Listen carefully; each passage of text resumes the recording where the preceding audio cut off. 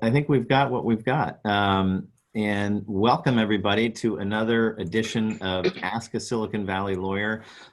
We are joined by expert Silicon Valley guy, Bret Waters, who runs the Fourthly Accelerator, who I've known for a decade and is a wealth of knowledge, who teaches a course on entrepreneurship at Stanford, and an awesome eater of fish tacos. Absolutely. And along with him is my good friend, Brian McAllister, who can bring to us the perspective of both lawyer and entrepreneur founder. And unfortunately, our good friend and colleague, Nicole Hatcher, appears to be blocked with Zoom school. So we're going to just apologize for that and get started. So with that, I'm going to ask each of Bret and Brian just to say a few words about themselves and what they do. Thanks, Louis. So I'm Bret Waters. I have been in Silicon Valley my whole life. I grew up in Los Gatos. Kind of lived the Silicon Valley thing, having started a few companies, raising capital and all that stuff. And today I teach entrepreneurship at Stanford, and I run a startup accelerator called Fourthly. And I'm happy to be here. Hey, thank you, Bret. Great shirt, by the way. Brian, over to you. I dressed up just for you today, Louis. I feel like the underdressed one today.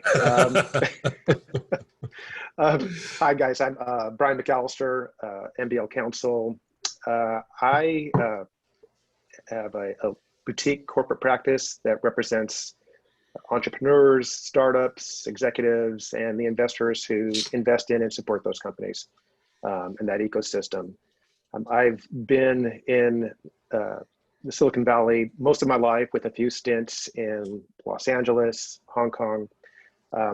I bring kind of a perspective here from a decade in big law, representing corporate clients, both from an M&A, stock issuance, just general corporate perspective.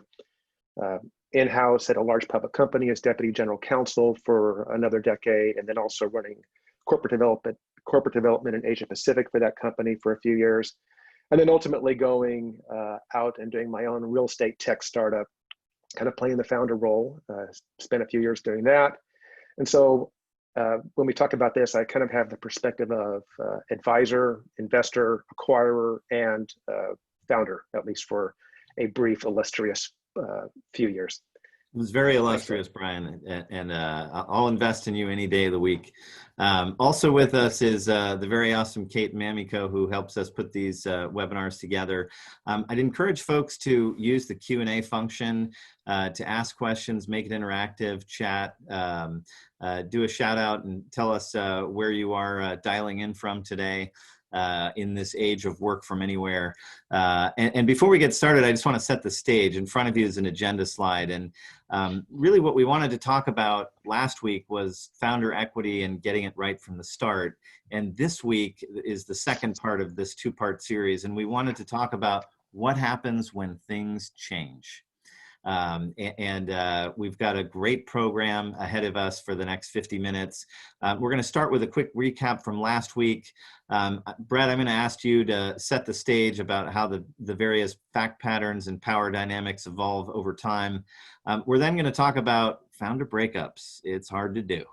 We're then going to talk about what can be adjusted over time, what outcomes get produced in M&A, and if we have time, what happens next, which hopefully is everyone gets along. And finally, we'll wrap up with the Q&A. So, with that, Brian, why don't you give us a quick recap of what we kind of talked about last week in a minute or less? You got it. So, last week was really all about, as Louis mentioned, kind of setting the stage. Founders kind of getting together, starting a company, getting the equity right from the beginning. And the first piece of that is, how do the co-founders share the equity? The quick and easy way is you just kind of do either back of the napkin or math that takes the 100% and divides by a number, or have some difficult conversations around who should get more. There is, we talked about last week, there's a better way, or maybe a more rational methodology to approach that, where you kind of look specifically at contributions that each founder brings to the table. the roles they're going to play. What's their domain expertise? Is money coming in from one of them? Is everybody full-time, or is some people still working, their jobs and they're doing this part-time? You take all that into play, and you can start building a points or weighting system, and you can get to a more rational conversation around percentages that at least is a better starting point and allows you to step away from personalities and maybe, offending people, and kind of be able to point to a rationale that gives you some cover for the numbers that are being thrown around. That's probably still just a starting point for the conversation. It's a negotiation at the end of the day, but it's a good way to approach it. We talked about the types of startup equity. Early on, founders typically take common stock. The employees take common stock. Your equity incentive plan is based on common stock. The preferred stock is typically issued when you have your first significant investors, VCs, or just a larger round. And then who gets it? It's, as we mentioned, founders are typically getting common stock, occasionally preferred stock, but that's pretty rare. Advisors, early on you may have technical or strategic advisors, and often they're getting a grant under the equity incentive plan or a warrant for common stock if it's the right situation. Your investors are getting preferred stock, and you may be doing deals with lenders or vendors where you may be issuing common stock to them as well. Thanks, Brian. And really what we're talking about here is this theme that I think we keep going at week after week as we do these webinars, and that's that startups have really these critical problems right at formation where they have to make some of the most important decisions that there are to be made, and it's just at the time when you probably have no money and you haven't made all that many friends just yet. And so I want folks to really think about reaching out to experts like Bret and Brian as they think about getting off the ground. And obviously, I'm Louis Lehot from L2 Counsel, and I love to help founders as well, and so does Nicole, and so does Kate. Bret does it from his accelerator and his Stanford course, and the rest of us do it from a law practice. I also have a thesis that startups have two other big problems, which is a finance function and a fundraising process that makes sense. And we try and help all of us here on this call help our startups get connected to those people as well, even though we may not be fundraisers or CFOs. So, that was last week. And, this week we wanted to talk about what happens down the road after, your company is formed and hopefully you've gotten some financing. And Brad, I wanted to turn it over to you and tell us about just kind of how do the fact patterns and the power dynamics evolve? Well, they evolve generally gradually and become increasingly profound. Obviously, the big switch is when you go from being an early stage company where there are no outside investors, or no outside shareholders, which is kind of typically how it always begins. And then once you have outside shareholders, then the dynamic begins to change. I was just thinking, as Brian was talking, I was just thinking about the first time I raised venture funding. And they told me that I would have to put my shares on the vesting schedule. And my reaction was, no, I already own those shares. I founded the company. And, and the VC firm said, yeah, well, you're going to put them in a vesting schedule. And I was like incensed that they get preferred shares and own them all now. And I, as the founder of the company, get common shares in a vesting schedule. And that's a lesson into how the power dynamics work, right? And the reason, of course, that a venture firm wants to put the founder's shares onto some sort of vesting schedule so the founder doesn't just leave. Louis, your question had to do with the evolution of power dynamics. And I've heard, and I guess we're talking specifically now about co-founders. And over time, co-founders will often start going in slightly different directions, or I've certainly had the experience of bringing somebody on as a co-founder who was a relatively small minority option holder. And over time, he really became somebody who should be substantially recognized in terms of his equity holdings. And so we had to make an adjustment along the way.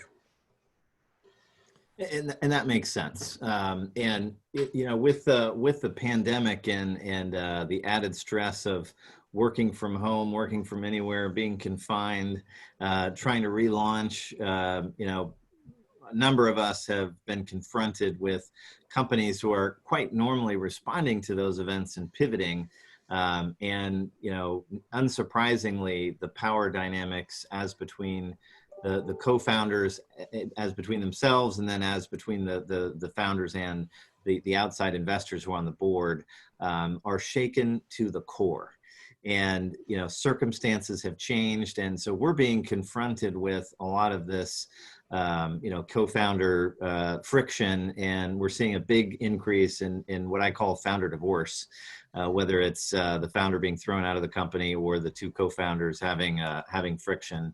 That's really the nub of what we wanted to get after today. And that can be manifested in any number of ways, whether it's deciding the direction of the product, deciding where the budget money gets spent, what paths to go down in R&D, who gets paid what, who gets what equity, whether M&A is the right answer, and what to do when you're running on fumes.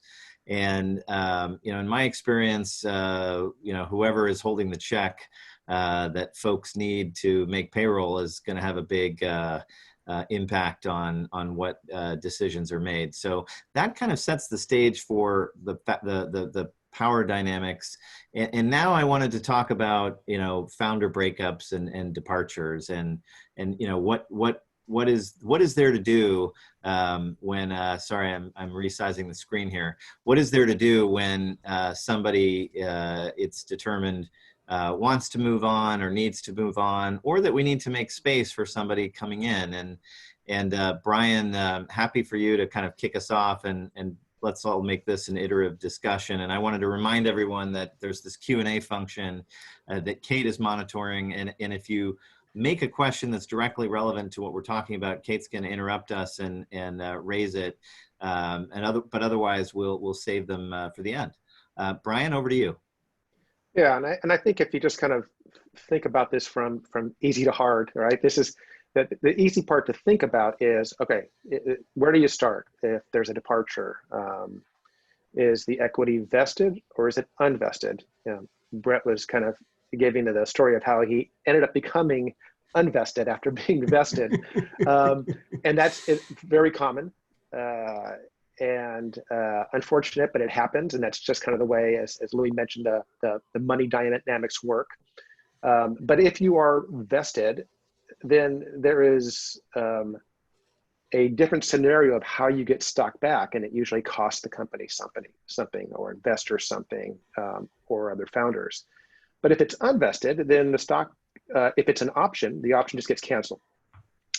If it's stock and that's been issued and the investor, paid, maybe par value or some pennies for, then the company needs to exercise its repurchase right and get the stock back. It's an actual affirmative action that has to be taken because there's a deadline usually for that. So if you don't do that, you kind of put yourself in a worse position in terms of having to go back out and negotiate and pay more.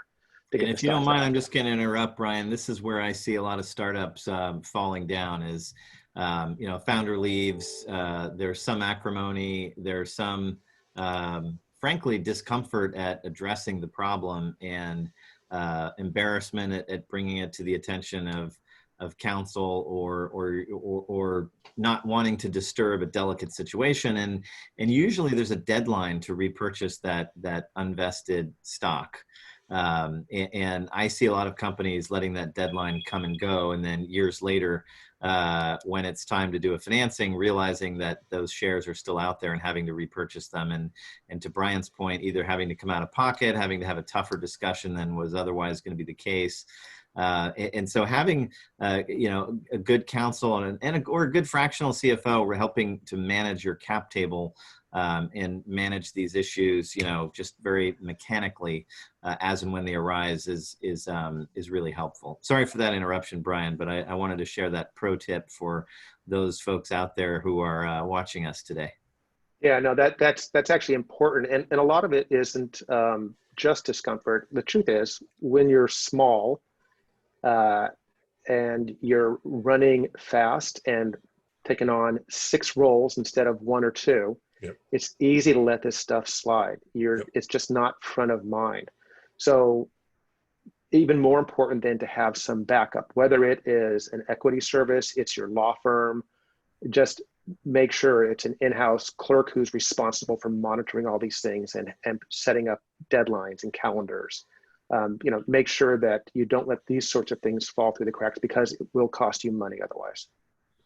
Well said, well said. So we've got back the unvested shares, but you know, there's probably a lot of vested shares, Brian and Bret. What do we do with those?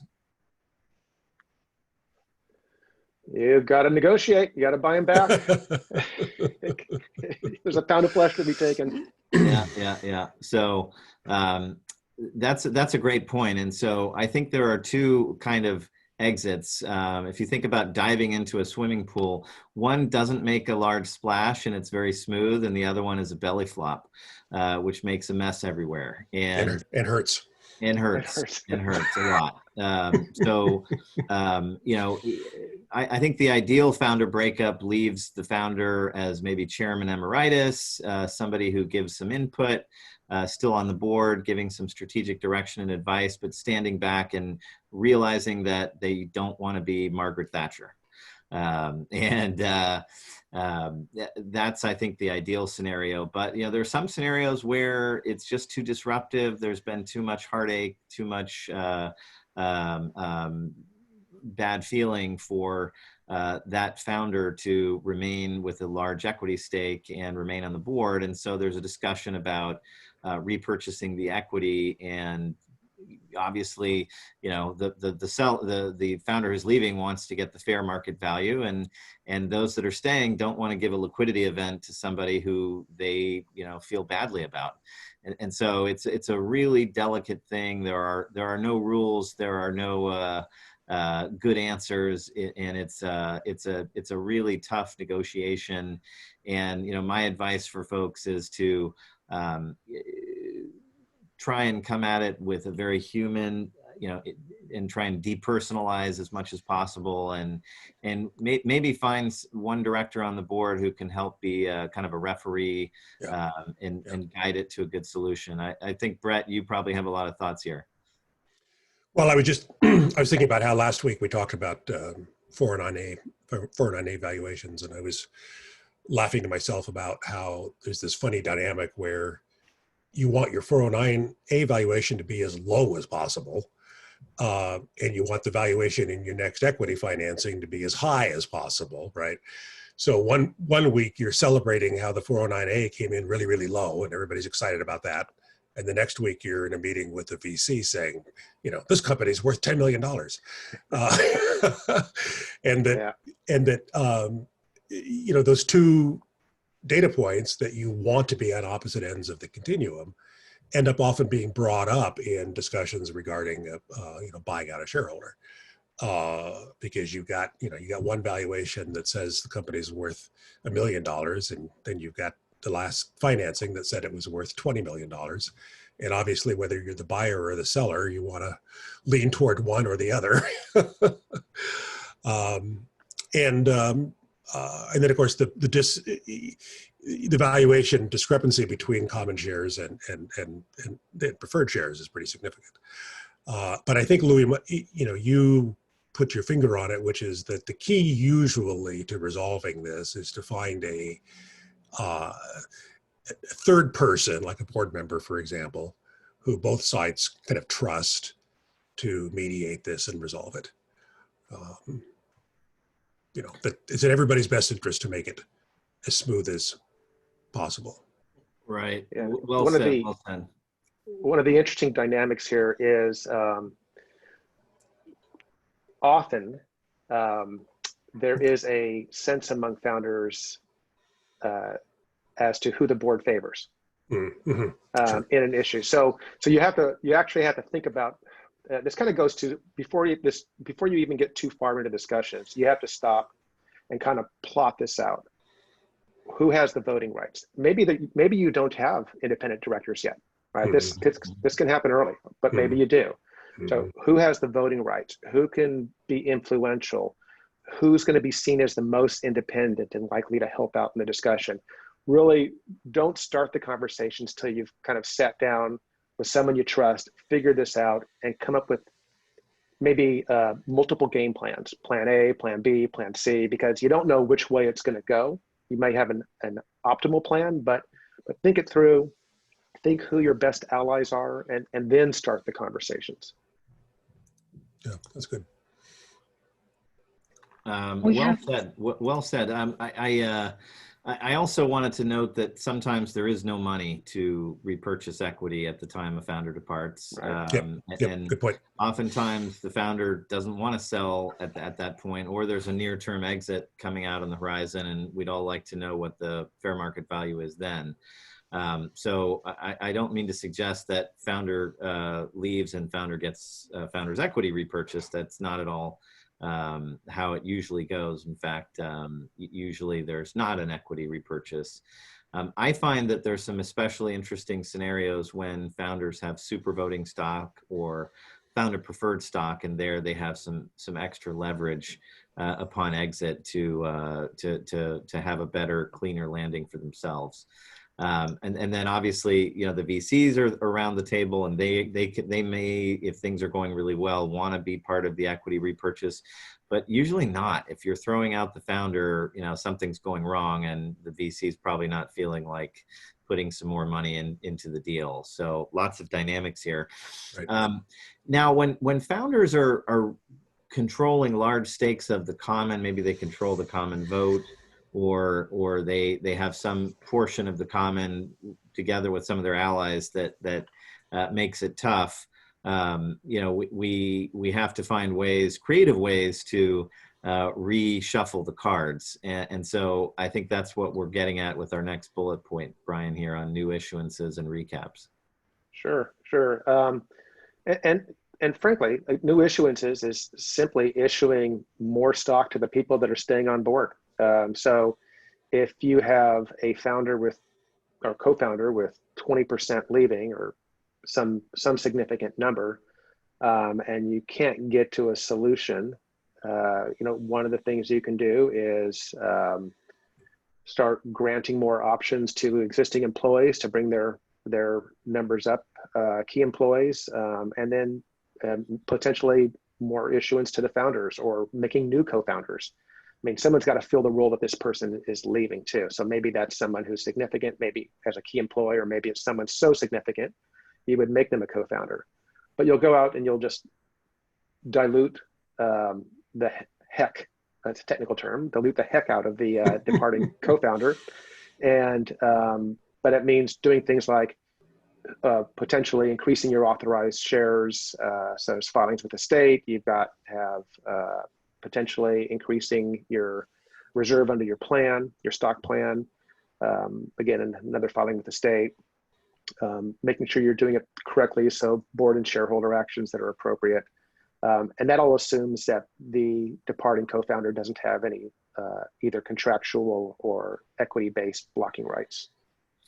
A great point. I mean, this really illustrates how, you know, a founder divorce is unfortunate, like a chess game, and there are a lot of pieces on the board, and that can be moved in different ways, and that have consequences that are often unanticipated. So, you know, founders may have. Oop, I think we just lost Louis. Oh. So Brian, while we're waiting for Louis to come back, maybe you could talk briefly about which of these things require shareholder approval and which ones require board approval and thresholds, because that ends up being a factor too, from my experience. Got it. Yeah. So, you know, if you're doing the first one, we'll start with the easy ones. The first one doesn't really require board action. If it's unvested equity, it gets canceled automatically.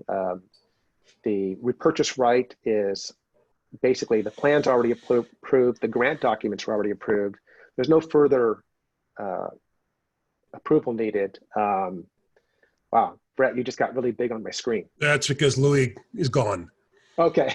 I Hopefully everyone him. else is still there. All right, got it. Not complaining, you look great. But it's the shirt. It's the shirt.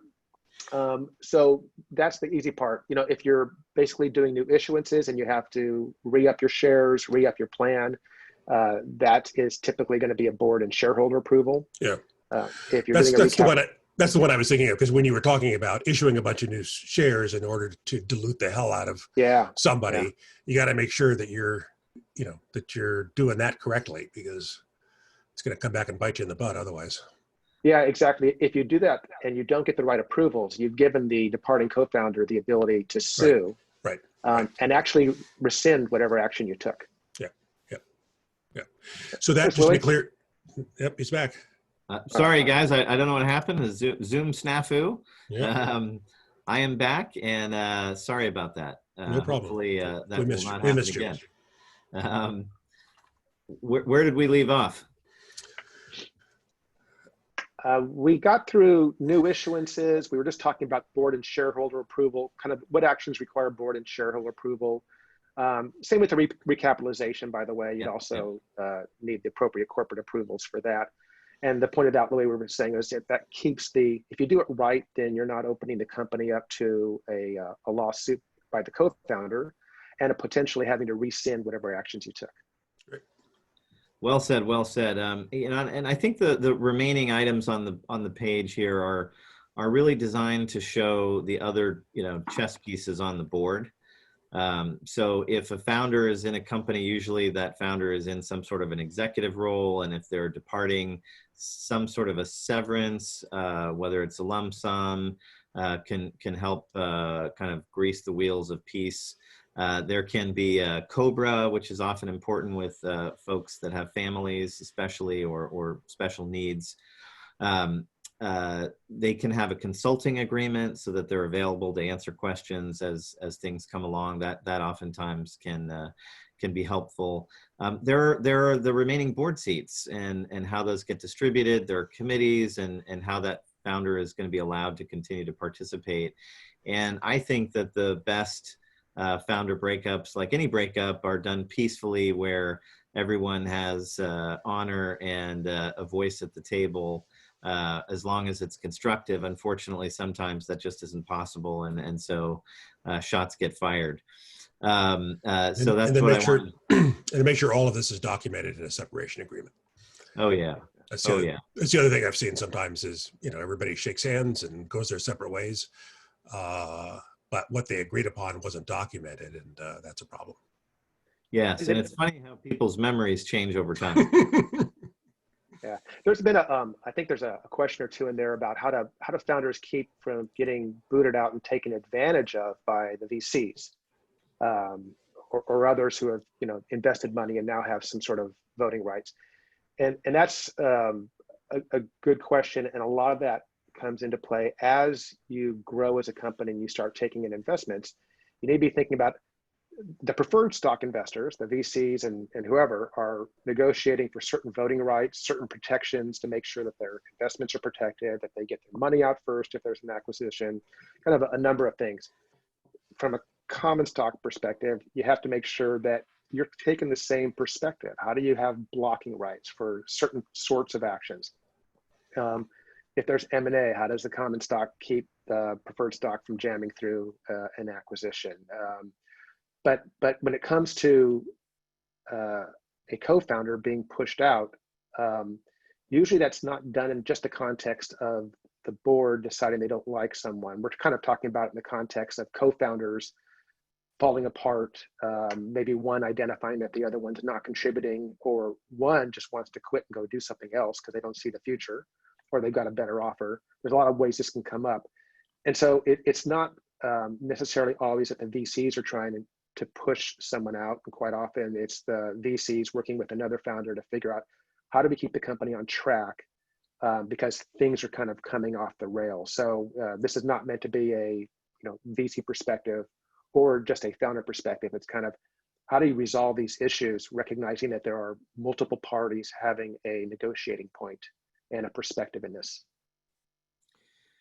Yeah, well said. And I think there's no better leverage than performance and success. And there's no stronger weakness than failure to meet benchmarks, friction, going over budget, not performing. And I always say to my clients that the best leverage is performing. And that's really the biggest, I think, variable in every situation. But I've also seen it where even when the company's hitting it out of the park, personalities can clash and things fall apart. I would say the most important thing is to check your emotions at the door and try and vent those in appropriate places. And when you come to the board and you come to the C-suite, you do that in a place where your heart is at peace, and you're coming to it with the objective of everybody winning and not playing zero-sum games. And I think that's the real recipe for success. But as we look down the slide and look at other off ramps, I want to talk about more off ramps where we can help de-escalate or find ways to have good founder divorces, Brian. And so we talked about severance agreements and board seats, but tell me about voting and information rights. What's your point here? Sure. So I think starting with kind of information rights, I think from a co-founder's perspective, who's been there from the beginning, put his or her heart and soul into this, and for whatever reason, it doesn't really matter, they're moving on,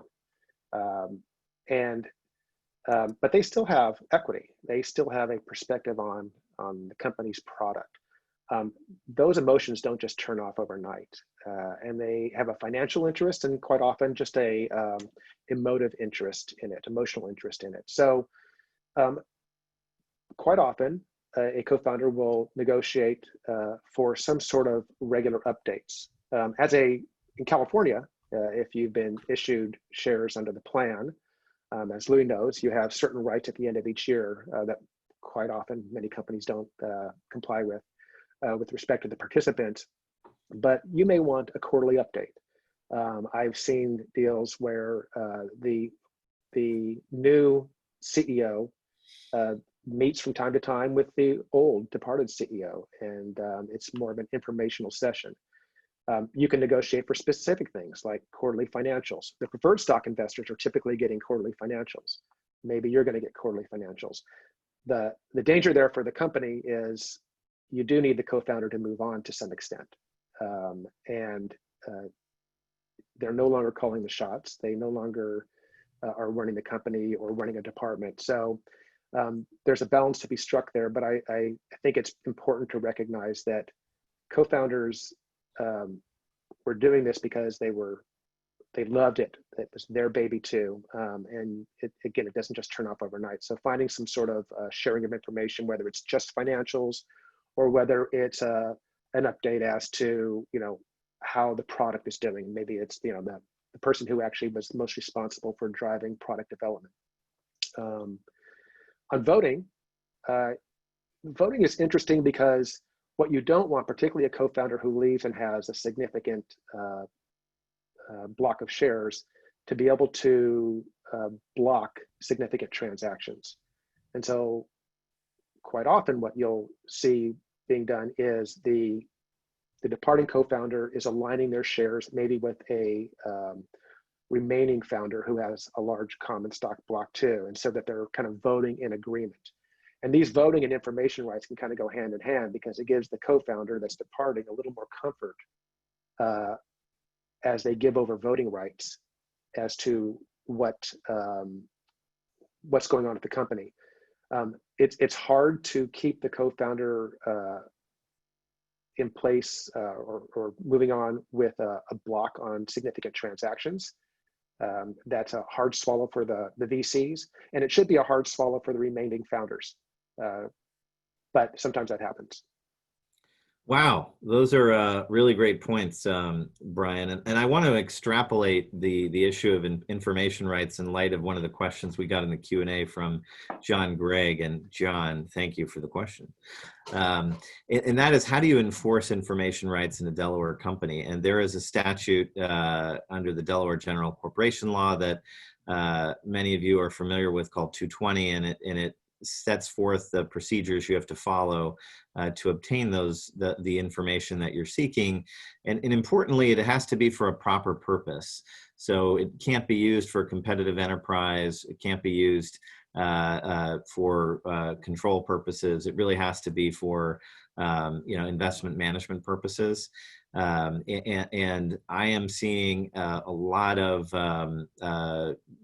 issues around 220 these days as companies navigate the new normal, and they've raised money at a pretty high valuation in the last round, and investors are pissed. The company hasn't performed, and they want to know why. And they, take their guns out and point them at the direction of the company, the founders, the board, anybody, and they say, I want information. And that request needs to comply with, if you're a Delaware corporation, 220 of the DGCL. And if you want that request to be successful, it's got to be raised in an appropriate way. So a lot of us out there are seeing these kinds of disputes, not only among founders, but among investors and founders, about information rights and about voting rights, and about whether they're safe or their convertible note was properly converted into preferred shares, and whether they know how many preferred shares they have.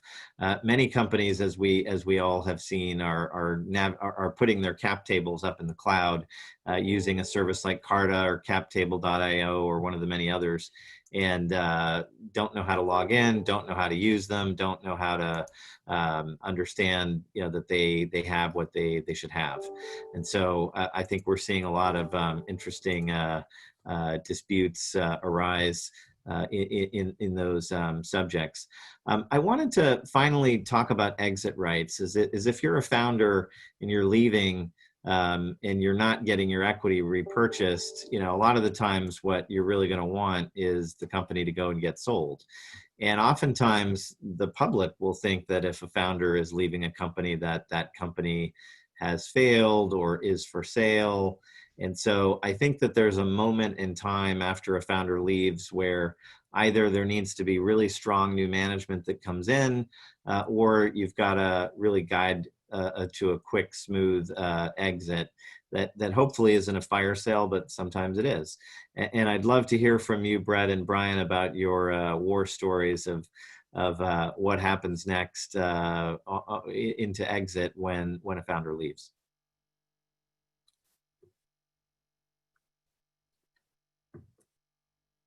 Rick, you want to dive in? Yeah, I'm trying to think. I don't think I have any war stories about that particular scenario. Brian, do you? Yeah, so a couple come to mind. Sure. One is back when I was in-house and we were buying companies, but I've seen it where while doing our diligence, the founders have a breakup. And frankly, it's because there's money on the table. There is a potential exit, and the whole issue of what one person perceives as unfairness in the split comes to the fore. Yep. Or, the issue can be, and it wasn't in this case, but the issue can be where at least one of them doesn't want to be part of the go forward. And I can just tell you, when you're an acquirer and you're buying a company and you're buying the team, and the business I was in, we were buying teams. One of those members of that team, a key member, says, I want to go do something different. I've been doing this for 8-9 years, whatever. Yeah. Those deals have high potential to just come off the rails. Sure. So those become very difficult. The other one is, and kind of comes to light here in the Valley, which is, the potential to have to go out and tell the acquirer. So this company is already in the process. It's starting to put itself out there. It's, got a banker. And what happens now when you've got the split, a co-founder has departed, and now it becomes, unfortunately, a talking point in every discussion as the bankers are out there with the deck, having to explain this. So selling a company is, unless, I'll just say selling a company is hard. And it's hard for all the people involved, including the banker. So we're out there trying to get the initial interest. So now you've got right now a situation where the bankers have to go out and explain what just happened and give the potential acquirers who haven't even seen anything more than a deck so far enough comfort that they're going to spend the time and money to go do due diligence and put in an initial bid. Well said. And really, that's just what I'm going at here is for founders out there and boards out there, a founder divorce, there's nothing that makes an exit tougher.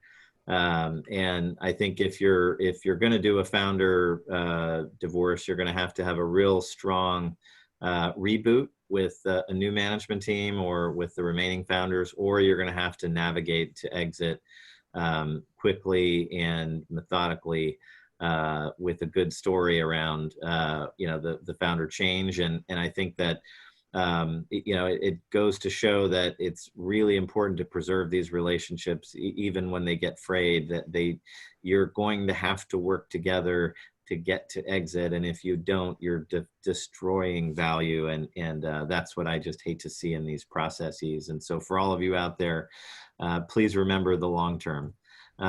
So I think we've beaten up this slide pretty hard.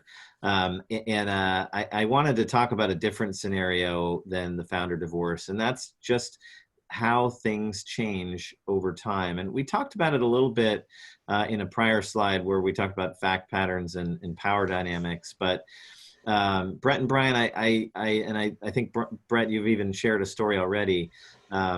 But just tell us how things change. You've got 2 founders, 3 founders, and at the outset, maybe one of them's got the idea and the money, and the other ones are coming along for the ride. But maybe 2-3 years down the road, it's the CTO who's really driving product development, or it's the CRO who's driving sales. Tell me about, how do you deal with the adjustment of the importance of everyone's role over time? Well, people work for 2 reasons, right? They work for money and recognition. Those are the 2 things that motivate people. And in some respects, the money is kind of the easy part, and you can always adjust salaries.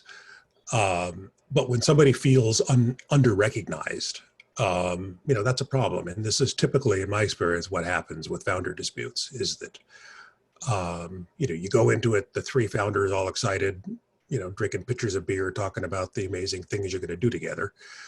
And you decide, we'll split the equity 3 ways because all 3 of us are awesome. And, then you get a year or 2 down the road, and typically 1 or 2 of the 3 founders feels like they're carrying most of the weight, and that other guy isn't showing up all that often. And so they start to feel as if they're under-recognized in the sense that they've got 1/3 of the equity, but they're doing more than 1/3 of the work. I mean, this is a fairly typical scenario in terms of the way in which founder disputes play out. And I had the experience many years ago of having, I was in my, late 20s, started a company with another guy. And one of the things I realized about a year or 2 into it is that he didn't really need to work for a living. He'd already made plenty of money before we started the company. And I definitely needed to work for a living. And so, I was doing the 80-hour weeks that one has to do when one has a startup. And, he was doing 30-hour weeks and taking a lot of vacations because he wasn't really working for money per se. And that led to some disharmony. And I think the overall advice I would give on this stuff is, as the 2 of you have already pointed out, is better to have these discussions sooner rather than later. Don't let it fester. and try to come to recognizing the fact that what motivates one person is different than what motivates another person. Try to sort of empathize with that, acknowledge it, and figure out a way to create something that that matches what drives each individual. CB Insights did a study last year where they looked at I think it was over 200 startups that had died, and they did a postmortem on why these startups had died, and interviewed the founders. And nearly 20% of the startups died because of founder disharmony. That's pretty significant. And so so that's a risk factor. It's a 20% risk factor when you start a company. And so everything you can do to mitigate that risk at the beginning improves the odds of the startup being a success. Well said, Brian. I know you've got a lot of experience in how to adjust things over time. Talk to me. Oh, I would just say that that's really kind of daunting. 20% is just the founder risk, disharmony. The other 80% is execution. It's like, okay, tough odds. So I would just say that kind of when you think about there are scenarios where the changes can be really good. So, your first point here, Louis, which is, bringing on the C-suite. Quite often that happens because the company's scaling up, and the skills you had as a founder don't always match what a company needs to really get to the next level. If you're doing 5 or 10 ARR, and you've got a pathway to the next 100, that might involve a whole different set of skills, either as a CEO, as the head of marketing, business development, what have you, sales, than the founders who are on board. So there are positive scenarios where it still hurts to be the founder and effectively losing that key role. And maybe if you've got the flexibility and the ego that can handle it, you move into an alternative role, whether it's as an employee or as an advisor, still serving on the board, as Louis was alluding to earlier. All of that's great, but they have to now bring in people who also require equity for compensation. So you're going to see people coming in, a new CEO who comes in and maybe they get 5%, maybe they get more. You're going to be diluted, and so the trick is figuring out where you need protection against dilution, and also where the dilution actually can be a positive, because at the end of the day, a smaller piece of a bigger pie is, of course, the old story, better than a bigger piece of a very small pie. And so you got to kind of think about it that way. Depends on what kind of pie. Yeah, it depends on the pie, exactly. I've never been big for mincemeat pie. Well, I would just like to finish by saying that, good advisors can help founders address these issues over time. It needs to be done sensitively. It is normal that people's relative contributions are going to change over time. And it's also normal that they get adjusted, but everybody's got to come to the table with a company first, success of the company mentality, and then their own personal interest needs to come second, and it needs to be addressed, and everybody's got to be sensitive to the roles of everyone else. But good advisors have a lot of tools to fix this, whether it's as we've said on the table on the page here, whether it's a new stock grant, salary, bonus, commission, whether it's an M&A carve-out plan that gives some extra shares to folks around the hoop. It can be redistributing shares. So lots of solutions, and good advisors can help you map it out. I know we're running out of time, but I wanted to talk about how this can play out in M&A. And both of you, please jump over me if I talk too much, but I'm going to quickly just try and hit this. A strategic buyer and a financial buyer are very different. A financial buyer, private equity firm comes in and they need a management team. Now, maybe they can drop in a CEO or a CFO, but they're looking for to acquire both the team and the intellectual property and the product. A strategic buyer, they might be just happy to have the product and let the team, go. Although usually they'll want you to stick around for at least a year, 2 years, 3 years, 4 years, and they'll sometimes make you revest. But it's a time for founders to, reassess where they're at and what their level of commitment is. And a financial buyer is really going to need you to stick around, and a strategic buyer less so. A minority recap, an investor can come in and inject in a lot of money and do a recap, which might facilitate the exit of a founder. So that's, something that can happen. A carve out plan, as we've said, is something that can benefit some folks off the top. To give them some extra juice for what they've done. There's also a new retention plan that can help a founder who's stuck around despite an old founder having departed and taken some of the juice out.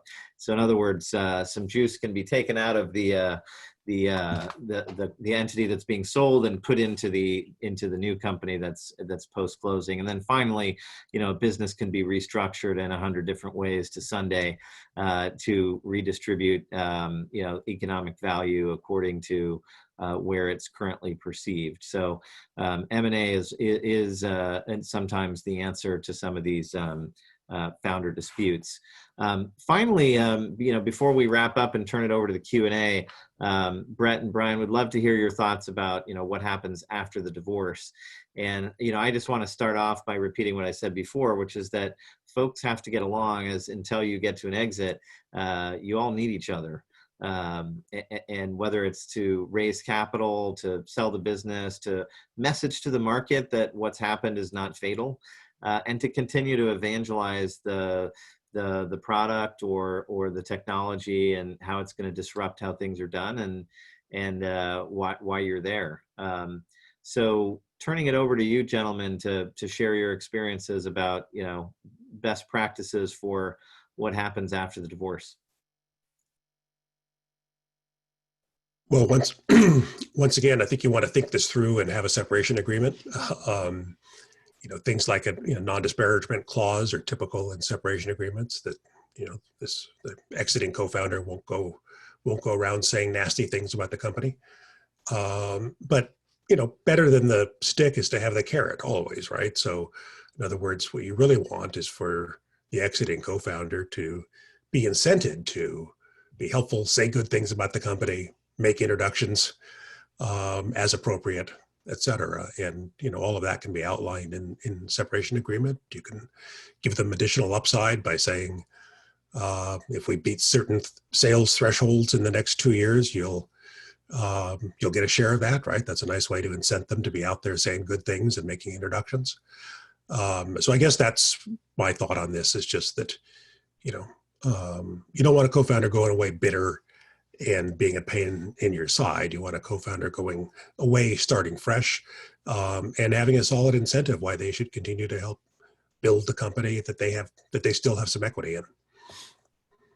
Yeah, I would actually just second that. It's the more you can focus on the reward, the carrot, as opposed to being in a situation where you have to point at a legal clause to go back to the founder.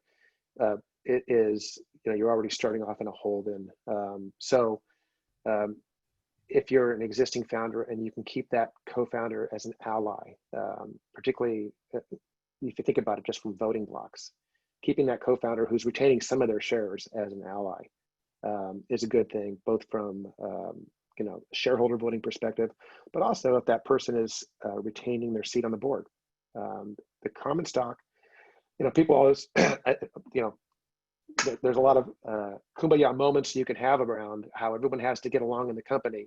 But at the end of the day, the VCs come in with a perspective, the common stock, because they're putting a lot of money on the line, the common stock founders have a perspective. And quite often there's an attempt at the board level to maintain some balance, at least for some period of time, until the amount of money coming into the company just doesn't make sense anymore to keep a blocking right for the common. But if that person is staying on the board, then being able to work together with them means on the departure, you've found a way to work together. So kind of as Bret said, trying to keep it positive, trying to find rewards, trying to keep people motivated and see, as Louis said, the long game. The long game is for everyone to make money. You make money because you get the company to an exit or of some kind successfully. Thanks so much, everyone. I know we've got just a limited amount of time, but I definitely wanted to address whatever Q&A that we have in the queue. And Kate, why don't you take us through it? Sure. So first question we have is, I own 100 of the startup today. I invited 3 people and gave the co-founder status. Nothing yet on paper, no cap table. One of these people is not contributing value. I want to decouple from him altogether. Do I need to write a separation agreement when there is a zero extent agreement, employee or co-founder status? Great question. Always have a separation agreement. I think Bret said it multiple times. When a great example was a self-driving car company in San Francisco that I won't name, that might rhyme with bruise, and might have sold to a big Detroit car company that might rhyme with BM. That company had a co-founder, a purported co-founder, raise his or her hand after the sale got announced and before it closed, and demanded a lot of money. And the world doesn't know what the settlement was. I don't know what the settlement was, but everything went quiet, which usually means there was a settlement. So you always want to have a separation agreement with anybody that has had any affiliation with the company, whether or not documented or not. So good question. Next. Another question that we have is, what should you do if the founder leaving doesn't want to sell back vested shares at reasonable price? Brian, you want to take that one? Well, I think we touched on that earlier in the slides too. It's, Yeah. you have the options for new grants, new issuances to dilute the exiting co-founder. You've got recapitalizations. There's a number of tools that can be pulled out here. You just need to get with your advisor and kind of work through them. Yes, get a good lawyer. What's next, Kate? So next we have a series of questions from one participant. First one is, how do founders protect their interests from VCs who might want to take their equity by ensuring that shares are invested and then terminating them without cause with no double trigger? I think that's an interesting point. So founders, remember that in a venture-backed company, they usually have shares that vest over 4 years with a 1-year cliff. And that vesting starts from when the project started, and there's some stake in the ground where they can demonstrate that to the VC. So typically, I don't see VCs funding companies in their first year very often. So stock usually is fairly well vested by the time they come in. And so they cannot simply fire someone without cause. The double trigger comes into play if the company is acquired. And so if the company hasn't been acquired and you get terminated, there is no acceleration of vesting. You're just SOL, which is unfortunate. For founders that are looking for real leverage against VCs, I would say don't raise money from VCs. If you want to be in control and you don't want to answer to anybody, you're going to have to be bootstrapped. Answer number 2 is you're going to have super voting stock, which essentially guarantees your control of the company for as long as you don't need somebody else's money. But in my experience, super voting stock is perfectly fine until a venture capitalist comes along and says, if you want my money, you'll have to waive that.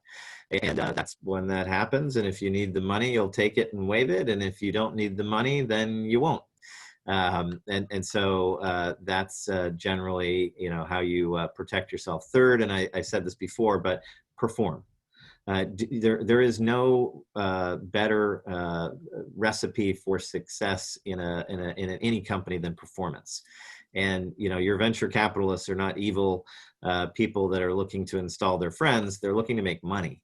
And if you're performing, you're going to be left in place. Now, performance doesn't just mean financial performance, but there has to be cohesivity within the team. And so if there's a lot of stress in the C-suite and you have a revolt underneath you, even if you're performing, that won't save you.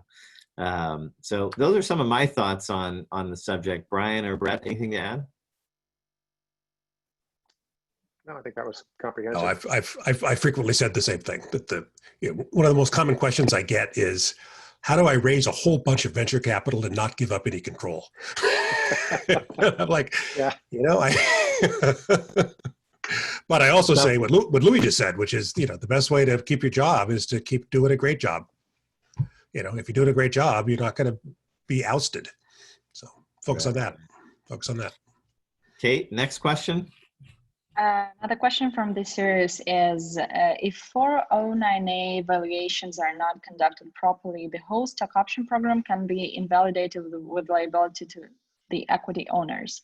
This can be cured by a tax deductible for the VCs, recategorization of the options as phantom stock appreciation rights, which gives adverse tax consequences to the founders and benefits VC investors. How can founders protect themselves against these types of situations? So I think the question more succinctly is, how do you make sure that your 409A valuation is solid such that it doesn't get unwound? And the statute under the Internal Revenue Code, or the rule, I should say, under the Internal Revenue Code is what you have to live by, and that's that it's a third-party firm, and that they use the traditional methods of evaluation, which typically include discounted cash flow. It includes comparable company valuations. It includes public company trading statistics that are relevant, and sales of similarly situated companies. Finally, in a 409A that's well done, there is some correlation between the total value of the company and then what the preferred gets and what the common gets in that total valuation. And the preferred and the kind of market used to be that the common would be worth 25 cents of each, 25% of each share of preferred. And I think that given the very founder-friendly environment that we've been in over the last 10 years, that number of 25% has moved towards 33% and sometimes 40%. So making sure that your 409A valuation of the common is in the strike zone of what is normal, I think is something that will protect a good 409A valuation from being attacked. And then finally is, if there's been a major transaction since your last 409A valuation, or just a change in circumstance, whatever, if there's a reason not to rely on it, don't. There are lots of people out there that can help you get a new 409A valuation, even in the midst of a transaction that is brewing but not yet consummated, that has probability attached to it, or frankly risk. And so that's my advice on that question. Bret or Brian, anything to add? Good news is 409A valuations are pretty cheap these days. Yeah. Yeah. No, I'm serious. And if you're, and if you're a subscriber to Carta or one of those other services, you'll pay a little more for the service, but they'll add that on, and it's an easy way to just regularly get the valuation done. Right. So Louis, I'm thinking we should let everybody get on with their day. What do you think? Thanks everyone for joining. For those of you who didn't get your questions answered, please don't hesitate to reach out. On the screen. You'll see contact details. We will be circulating the slides. And as always, the very awesome Kate will post the full recording on YouTube, and please feel free to share it. And I want to thank Brian, Bret, and for joining, and even to Nicole, who couldn't join, for helping us put all this together, and the very always awesome Kate. Thanks, everyone. Have a great rest of your day. Thanks Thanks all. very much. Thank you. Okay. Bye. See you guys.